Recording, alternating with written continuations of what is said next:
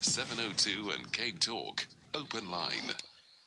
So I really do have a lot on my mind because the Sunday papers had plenty for you and I to reflect on still the morning after. But I'll just for now put one issue on the discussion table. If you want to talk about it, you can. If you don't, that's also fine. I'll just talk to myself.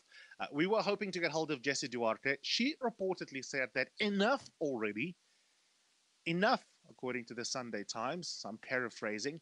Tony Yengeni, Ahman, everyone does it. So many people who do not disclose when they should in Parliament what it is that they got discounts for or gifts for. We must stop hounding this guy all the way into his political grave. Enough. He's paid his dues, and at any rate, the courts got it wrong in the first place. It really wasn't that serious. Now, I've got to take off my glasses for those who are watching on the 702 Facebook page to signal seriousness. Now, Jessie, can you and I have a conversation? Because maybe you're watching there from your computer and you're watching on the 702 Facebook page. Wena, you must take corruption seriously. You must take corruption seriously, auntie. Because, and I pulled up here and I asked Mava to get a copy for me. You know what was so interesting, Mava? Because Mava found me the attempt to appeal. The appeal is actually very useful because it failed. This was an attempt to appeal the sentence that was imposed on him for defrauding Parliament. And he obviously it was set aside, the attempt to appeal. And what the judges said in the process was really, really interesting. We are of the view, quote unquote, at 75, that the sentence imposed upon the appellant, that would be Tony Yengeni, by the regional court, actually errs significantly on the side of leniency. So the first thing to be said here is that the judiciary actually thought that he got off lightly. Not, as Jessie Duarte would have us believe, that he was treated harshly. In fact, he got off lightly, but because the matter had already taken up so much time winding its way through the court processes, they said that, okay, we're not going to impose a harsher sentence, but let's be absolutely clear here that if anything, Mr. Tony Yengeni had received a lenient sentence, and we warn other people who want to appeal in future.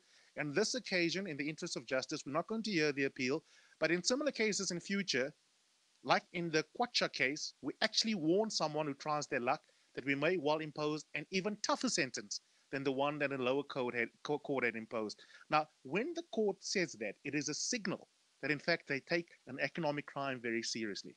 And then there's another bit here, Marva, that was actually really useful, where they summarize the facts of what had happened. You know, Mr. Tony Yengeni had, in his own words, Marva, he actually agreed that he deliberately did not tell Parliament because he intended to defraud Parliament. Now, Jessie, where do you get off? The man told the courts that he intentionally did not disclose this information about the 47% discount on the Merc because his intention was to defraud Parliament. Now, if a politician says, I admit in law that I intended to defraud one of the arms of the state, then how on earth can Jessie Duarte say that it wasn't serious, that he was convicted? Now, this is the ANC that many of you vote for. This is the ANC that many of you vote for. You get the party that you deserve because you put your cross next to the ANC, and then you have people like Jessie Duarte in the leadership who represent the values of this particular party. Absolutely disgusting. If you're hearing this call, we've been trying to reach out to you. Give us a call and defend yourself. I bet you your defense is going to be the Sunday Times have taken you out of context. 15 minutes after 9. 011 883 0702. Call us. Let's have a conversation. Jessie's on my mind this morning, and also the lack of seriousness with which economic crimes are treated by many people, including Jessie Duarte. And if you're in Cape Town, on 021 446 0567.